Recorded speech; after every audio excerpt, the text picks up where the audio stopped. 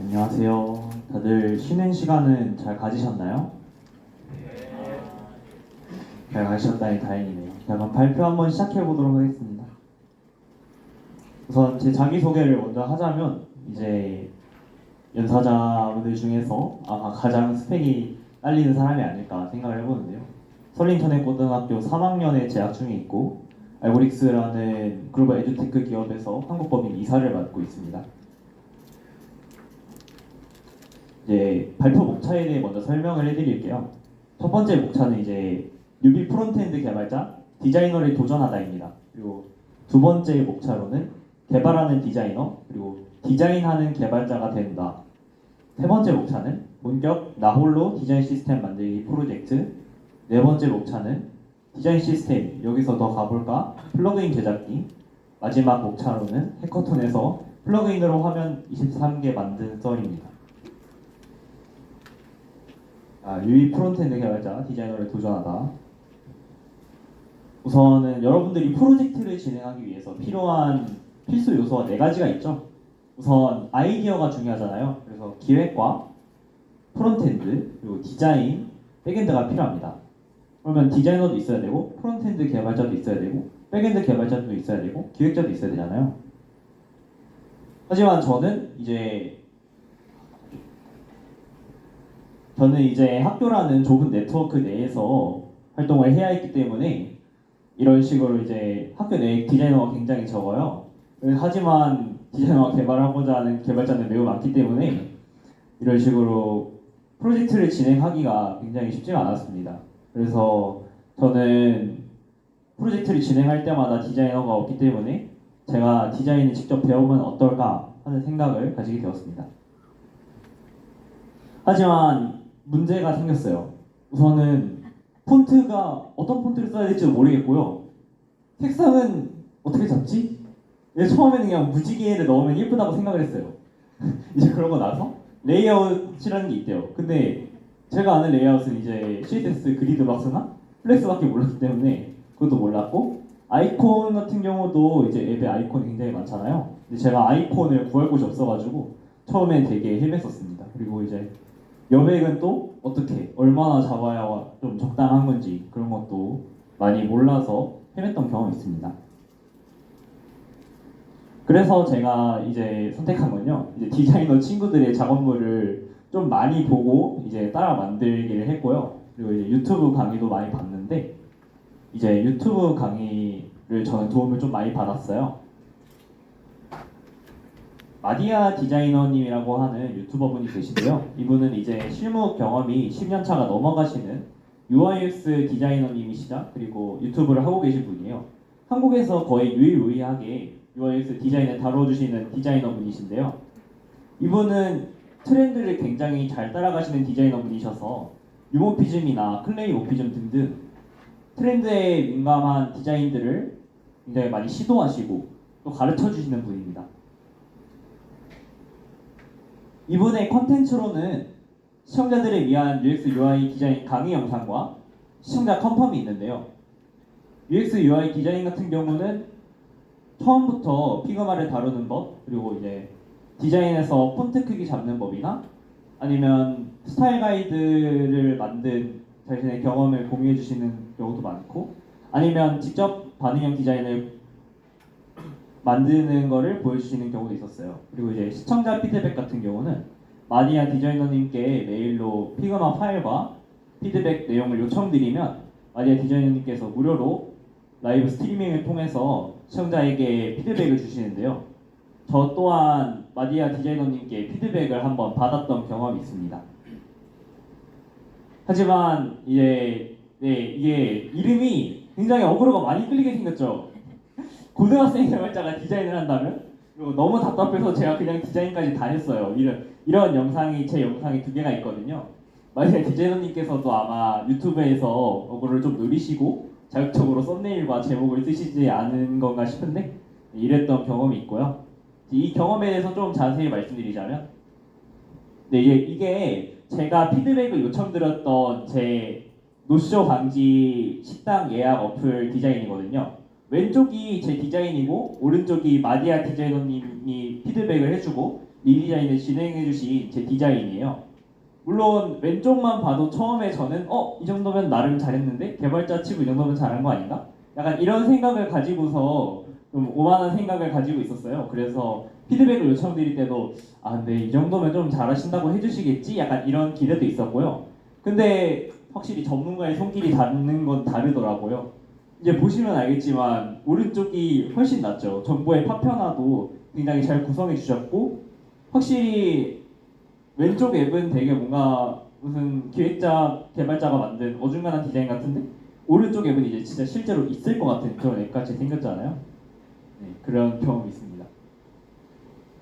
하지만 이런 강의를 듣고 피드백을 듣고 이런 것도 중요하지만 디자인에 대해서 제가 공부를 한 방법에서 가장 중요한 것은 정말 많은 디자인을 보고 그 디자인을 따라해보는 거예요. 왜냐하면 사실 모든 UI UX 디자인과 포스터 이런 예술적인 디자인 요소들은 시중에 다 나와 있어요. 정말 많은 시간이 지난 세상이기 때문에 모든 디자인 스타일이 세상에 다 나와 있고 그렇기 때문에 그런 스타일들이 정형화된 시대입니다. 그래서 그런 스타일들을 보고서 따라하는 것이 굉장히 중요한데요. 실제 서비스하고 있는 앱의 UI UX 같은 경우는 정답이라고 하기는 어려울 수 있지만 대체로 정답인 경우가 많죠. 그렇기 때문에 여러분들이 많은 디자인 요소를 좀 많이 주변에서 보고 따라해 보셨으면 좋겠습니다. 두 번째 목차로 넘어가서 이제 개발하는 디자이너 그리고 디자인하는 개발자가 된다 목차인데요. 이제 저는 프론트엔드 개발자죠. 하지만 프론트엔드 개발자가 디자인을 배우면 저는 그 프론트엔드 개발자 너머의 시각을 가지게 되었습니다.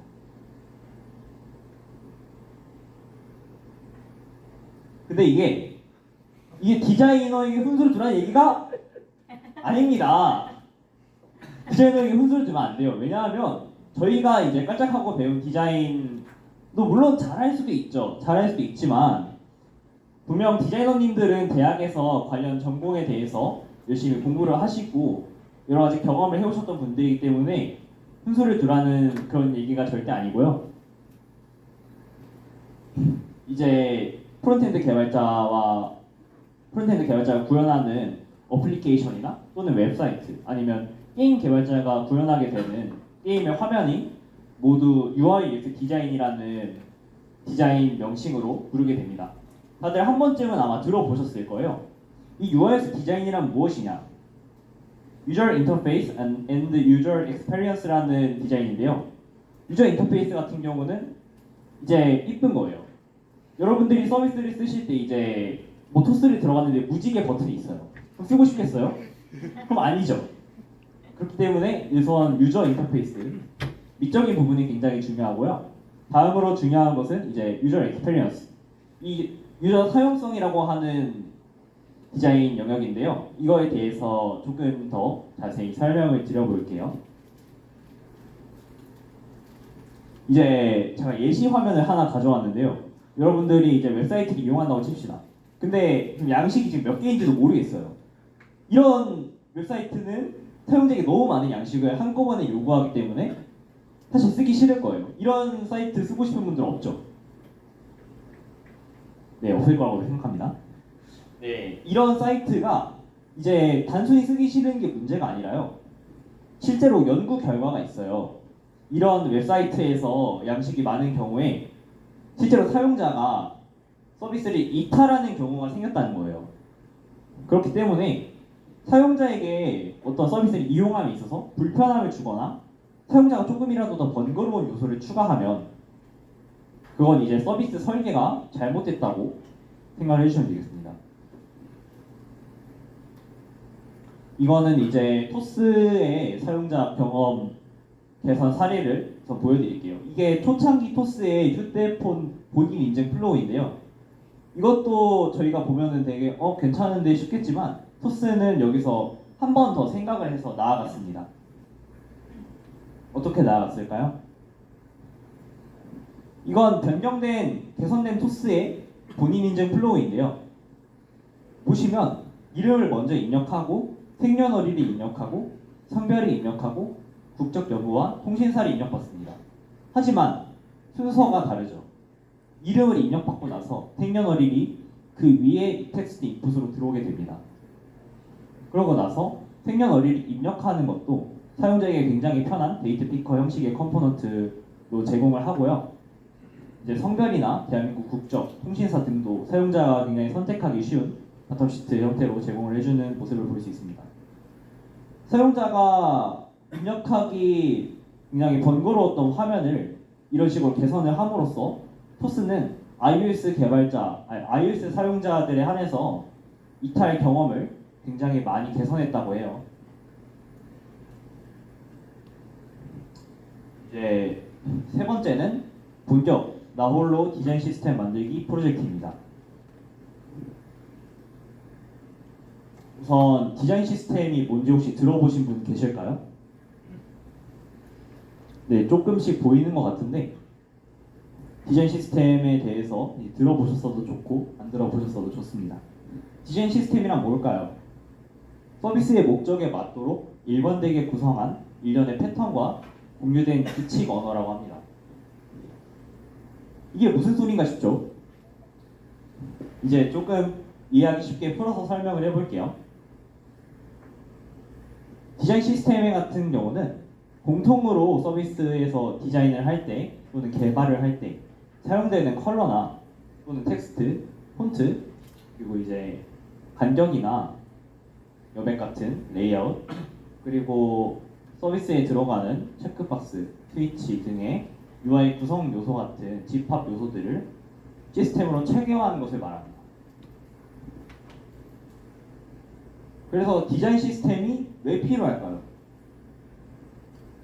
디자인 시스템이 왜 필요하냐라고 물으신다면 우선 저희가 요즘 사용하는 어플리케이션들은, 서비스들은 모두 다 디자인 시스템을 가지고 있습니다. 거의 전부가 디자인 시스템을 가지고 있는 거를 제가 많이 확인을 했고요. 디자인 시스템을 가지고 있음으로써 색상이나 글꼴 또는 컴포넌트 라이브러리들은 사실 디자인이나 개발을 할 때 굉장히 많이 재사용되기 마련이에요. 여러분이 텍스트, 폰트 사실 토스 써보면은 이제 폰트 크기가 다 거기서 거기잖아요. 그런 것들도 이제 디자인 시스템으로 다 체계화가 된 거고요. 이제 이런 작은 집합들은 어차피 서비스의 성격상 비슷비슷하기 때문에 이를 체계화하면은 디자인을 하거나 개발을 할 때 다른 스타일을 추가할 필요 없이 동일한 디자인 시스템 스타일을 사용함으로써 디자인과 개발을 하는 작업에서 큰 효율성을 얻을 수 있습니다. 디자인 시스템의 대표적인 예시로는 구글의 머테리얼 디자인 3와 애플의 휴먼 인터페이스 가이드라인이라는 디자인 시스템이 있는데요. 먼저 구글의 머테리얼 디자인 시스템부터 보겠습니다. 이게 구글의 머테리얼 디자인 3를 가져온 거예요. 보시면 우선 왼쪽부터 타이포그래피, 그리고 컬러 가이던스, 그리고 이제 오른쪽에는 컴포넌트들이 보이죠. 이 구글 디자인의 특징이라고 하면은 굉장히 유연해요. 우선 색상이 굉장히 많죠. 모든 상황과 모든 사용자의 입력에 사용되는 애니메이션에 들어가는 색상을 구현하기 위해서 구글은 굉장히 유연한 색상과 스타일 체계를 구현했습니다. 그리고 이제 눈에 띄는 특징이 굉장히 알록달록하죠. 이게 구글의 머테리얼 디자인 3의 특징인데요. 대비가 명확한 색상을 사용함으로써 레이아웃을 구성하고 또 그걸 바탕으로 다른 컴포넌트들을 만들어 나가서 이제 오른쪽에 보시면 텍스트 필드라는 컴포넌트가 있잖아요. 저 컴포넌트가 표현할 수 있는 경우의 수가 상당히 많죠. 이게 디자인 시스템에서 컬러와 텍스트 그리고 박스 같은 다른 컴포넌트들을 만들어서 그 컴포넌트들을 조합했기 때문에 나올 수 있는 이제 자동화된 결과라고 보시면 되겠습니다.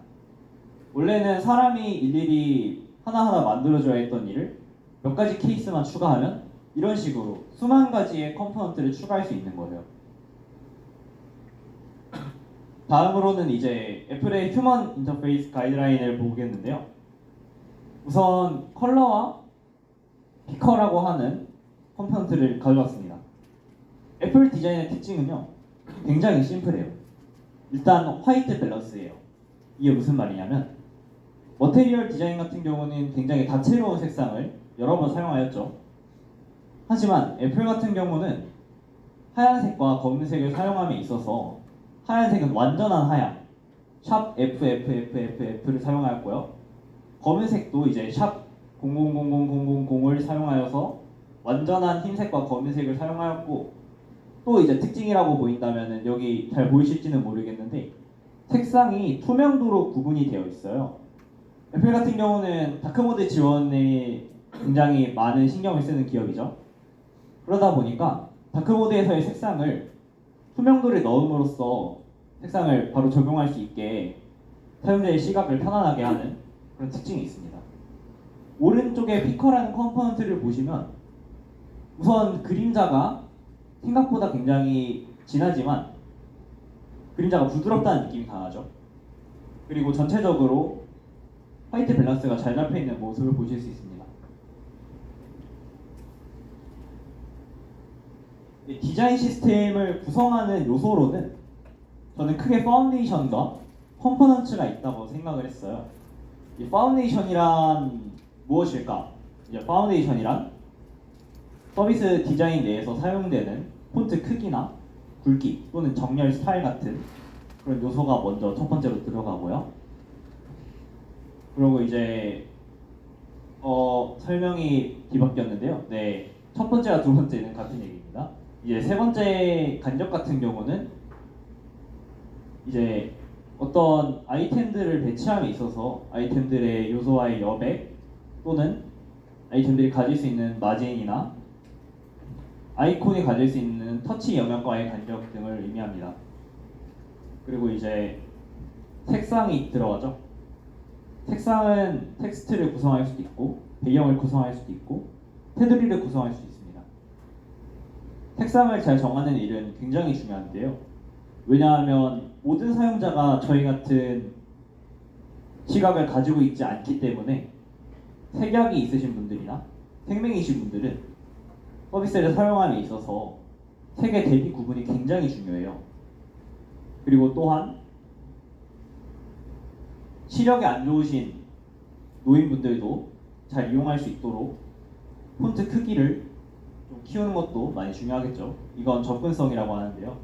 다음 요소로는 이제 아이콘이 있습니다. 아이콘은 글 없이 사용자에게 상호작용할 수 있는 굉장히 좋은 그래픽적 요소예요. 형식이 자유롭고 사용자가 바로바로 아이콘을 보면 이게 어떤 기능을 하는구나 하는 의도를 바로 알아차릴 수 있죠. 마지막으로는 그리드가 있는데요. 이건 디자인을 하셨던 분들만 어느 정도 이해를 하실 텐데, 그리드 같은 경우는 레이아웃을 구성함에 있어서 레이아웃에 있는 큼지막한 아이템들이 가질 수 있는 전체 크기 또는 여백 그런 스타일들을 구성한 것을 말합니다. 컴포넌츠에 대해서 설명을 드릴게요. 이제 프론트엔드 개발을 하시는 분들은 컴포넌츠라는 개념이 굉장히 익숙하실 거예요. 그 컴포넌츠와 굉장히 유사하다고 생각을 하시면 될 것 같은데요. 컴포넌츠 같은 경우는 이제 아토믹 디자인 패턴이라는 패턴을 굉장히 많이 사용하는 편이에요. 이 아토믹 디자인 패턴이란 아톰 그리고 molecules and organism이나 pages 이런 작은 단위부터의 큰 단위로의 집합으로 이루어져 있는데요. 아톰 같은 경우는 이제 버튼 아니면 스위치 이런 식으로 파운데이션들이 간단한 조합으로 만들어진 어떻게 보면 단순하고 귀여운 컴포넌트가 될 수 있겠죠. 그리고 그 다음부터는 그 버튼과 이제 카드라는 아톰이 있으면 그 카드와 버튼이 조합해서 카드 버튼이 될 수도 있고, 이런 식으로 컴포넌트는 무한한 확장성을 가질 수 있습니다. 제가 디자인 시스템을 만들기에 앞서서 어떤 글꼴을 쓸지 고민을 굉장히 많이 했어요. 우선 대표적으로 디자인에 쓰이는 글꼴에는 두 글꼴이 있는데요. 우선 한국에서는요. 한국에서 프리텐더드라는 글꼴은 디자이너들에게 가장 보편적인 한글 본고딕 기반의 폰트로 많은 UI 디자인과 그래픽적인 요소에서 활용되는 편입니다. 그리고 다음 폰트 같은 경우는 많은 분들이 생소하실 수 있는데 UI 디자인만을 위해서 만들어진 폰트로 UI를 위한 가변 텍스트 폭을 지원하고 여러 텍스트 글리프들을 지원합니다. 이 글리프들이 뭔지 간단하게 좀 설명을 드리자면 이제 아이콘을 대체하는 요소가 될 수 있다고 생각을 해요. 대시, 짝대기와 오른쪽 부등호 기호를 같이 쓰게 되면 화살표로 같이 조합이 돼서 아이콘처럼 나온다든지 하는 그런 특수한 폰트 기능을 말합니다. 저는 이 두 글꼴 중에서 수트라는 글꼴을 채용하게 됐어요. 왜냐하면 제가 사용하는 디자인 시스템은 UIX를 사용하기 위해서 만든 디자인 시스템이고 프리텐다드를 굉장히 많이 사용해 왔기 때문에 수트에서 제공하는 영어 표현하는 그런 요소들이 굉장히 마음에 들어서 선택을 했는데요. 이거는 개인 취향에 따라서 좀 선택을 하는 요소가 될 것 같아요. 디자인 시스템을 만들 수 있는 아주 좋은 기능이 있습니다. 이제 피그마를 쓰시는 분들은 피그마의 기능들을 많이 활용을 해보셨을 거예요. 그래도 일단 설명을 해드리자면 사실 이거는 이제 피그마 유료 요금제부터 제공을 하는 기능이긴 하거든요. 피그마의 베리어블이라는 기능이 있습니다. 베리어블이라는 기능은 이름과 그리고 이제 값, 어떻게 보면 개발자님들 입장에선 되게 제이슨 같아 보일 거예요. 실제로 제이슨처럼 구성이 되어 있습니다. 이런 식으로 디자인에 사용되는 모든 요소를 변수화할 수 있는 거예요. 말 그대로 베리어블이죠. 그렇게 변수화한 요소를 오른쪽에 보시면 다시 재창조를 할 수 있습니다. 이런 식으로 디자인 토큰을 만들 수도 있고요. 오른쪽에 보시면 텍스트가 있는데요. 텍스트 폰트 스타일인데 이게 이제 슬래시가 어떤 걸로 구분이 되냐면 왼쪽은 폰트 사이즈고요. 오른쪽은 폰트의 행간을 말합니다. 그래서 폰트와 행간 그리고 굵기 등으로 폰트 스타일도 만들 수가 있습니다. 저는 이 기능을 적극 활용해서 디자인 시스템을 한번 만들어 볼 거예요. 네, 이거는 이제 피그마 베리어블에 대해서 피그마 베리어블을 이런 식으로 개발로 옮겨서 활용할 수 있다는 예시를 좀 보여드린 거고요. 디자인 시스템을 만드는 첫 번째 과정은 이제 저한테는 컬러 팔레트를 짜는 일이었어요. 컬러 팔레트를 처음 짜보다 보니까 우선 되게 막막해서 저는 이제 좀 부끄럽지만 어떤 방식을 사용했느냐, 그레이 100과 지금 그레이가 한 700까지 있거든요. 그 700을 그라디언트로 만들고요. 그 그라디언트에 이제 100 단위별로 구분점을 찍어서 그곳에 있는 색상을 찍어서 만들었습니다. 그래도 나름 나쁘지 않게 나온 것 같아서 되게 완성도는 높았다고 생각해요. 하지만 색상을 짜실 때도 아까 말씀드린 것처럼 접근성을 굉장히 고려해서 색상을 짜야 합니다. 저 때는 굉장히 그런 걸 몰랐기 때문에 그런 걸 좀 고려하지 못했던 것 같아요. 두 번째는 타이포그래피 설계인데요.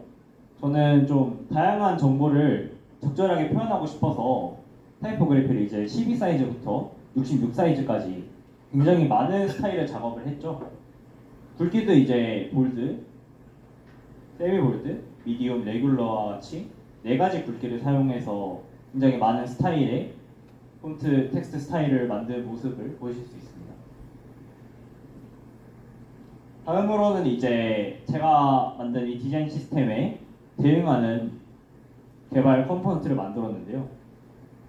이 컴포넌트들을 만들면서는 리액트에서 굉장히 유명한 라이브러리인 스타일드 컴포넌트라는 라이브러리를 사용을 했어요.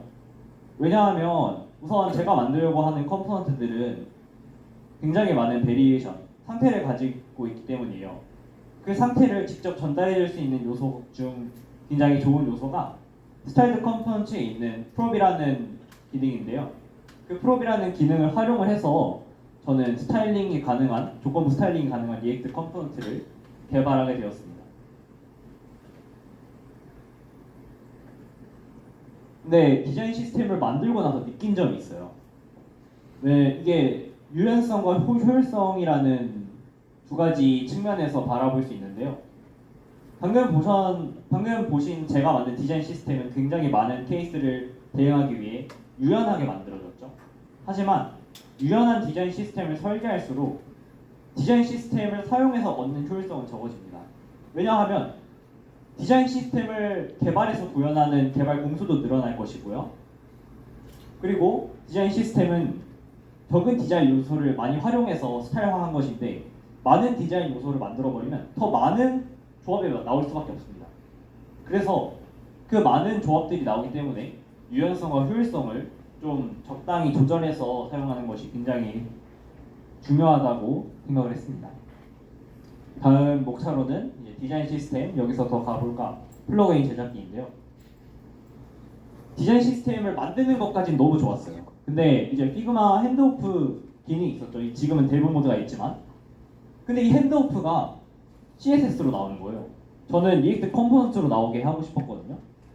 그래서 피그마에서 플러그인을 만들면 내가 원하는 리액트 컴포넌트로 바로 뽑을 수 있지 않을까 하는 생각에서 아이프레임을 이용한 피그마 플러그인 API가 있음을 깨닫고 플러그인 개발을 시작했습니다. 우선 피그마에 있는 모든 노드 타입을 분석을 했어요. 저건 이제 피그마 디벨로퍼즈라고 하는 피그마에서 제공하는 플러그인 API 도큐먼트인데요. 여기에서 있는 굵직한 노드 중에서 텍스트 노드, 그리고 프레임 노드, 인스턴트 노드 세 가지 노드를 소개를 드릴게요. 텍스트 노드는 말 그대로 텍스트예요. 그리고 프레임 노드는 프레임이고요. 인스턴트 노드 같은 경우는 피그마에서 만든 컴포넌트를 가져와서 사용한 생성된 인스턴트를 의미합니다. 하지만 이제 여기서 제가 알게 된 점이 있어요. 프레임 노드에 적용할 수 있는 오토 레이아웃이라고 하는 기능이 있거든요. 이 기능이 완벽히 웹에서 구현할 수 있는 플렉스 스타일과 일치한다는 점입니다. 그래서 우선 개발을 하면서 이런 식으로 리액트 기반의 UI를 구성을 했고요.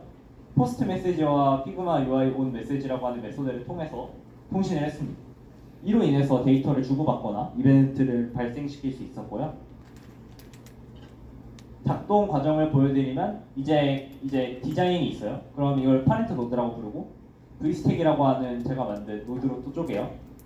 그러면 또 이걸 이런 식으로 디바이더, V스택, 디바이더, V스택으로 쪼개고 나머지 요소도 이제 이런 식으로 쪼갤 수가 있었습니다.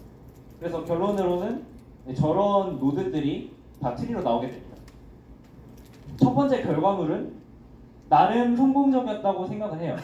보시면 지금 오토 레이아웃이 적용된 세로로 정렬된 레이아웃이기 때문에 V스택이 사용되었고 글씨 두 개가 사이즈와 웨이 그리고 컬러가 적절하게 사용되어서 코드가 잘 나온 모습을 볼 수가 있죠. 근데 이제 피그마 데브 모드가 출시되었다는 소식이 들렸어요. 이거는 해봐야겠죠. 그래서 피그마 코드젠 API를 사용을 해서 코드를 생성하는 코드를 짰고요. 시간상 좀 빠르게 보여드리자면 결과물은 이런 식으로 굉장히 성공적으로 이전 결과보다 잘 나오게 됐습니다. 넥서스라는 플러그인을 지금 만들고 있고요. 이제 마지막으로 해커톤에서 플러그인으로 화면 23개 만든 썰을 풀어보겠습니다. 이건 굉장히 짧을 거예요. 우선 고교생 앱 개발 해커톤 대회 앱잼에서 나온 추상적인 주제 도파민이 나왔습니다. 그래서 이걸로 기획을 어떻게 해야 하다가 당일 오후 11시까지 갈아엎다가 디자인을 그때부터 시작해서 이 정도의 디자인 양이 나와버렸고 다음날 7시까지 완성을 해야 되는 상태였어요. 하지만 프론트엔드 개발자님이 RN 경험이 전무하셨고 윈도우셔가지고 에뮬에 RN을 돌리니까 메모리가 죽으려고 하네요. 그래서 플러그인을 사용하기로 결정하였고 다행히 플러그인과 디자인 시스템에 대해 매우 잘 이해해 주셔서 모든 화면을 제대로 잘 구현할 수 있었습니다. 그래서 상을 탔고요. 이대로 끝나긴 아쉬우니까 마지막으로 제가 개발한 플러그인 시연 영상을 한번 보여드리고 마무리를 지어볼게요.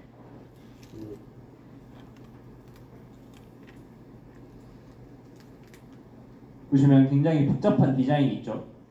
이 디자인을 찍고 오른쪽에 있는 제가 생성된 코드를 보고 말을 따르기 힘든데 이런 식으로 시연이 굉장히 잘 된 모습을 보실 수가 있습니다. 발표 들어주셔서 감사하고요. 지금까지 직접 만든 피그마 플러그인으로 해커톤 화면 23개 개발한 이야기였습니다.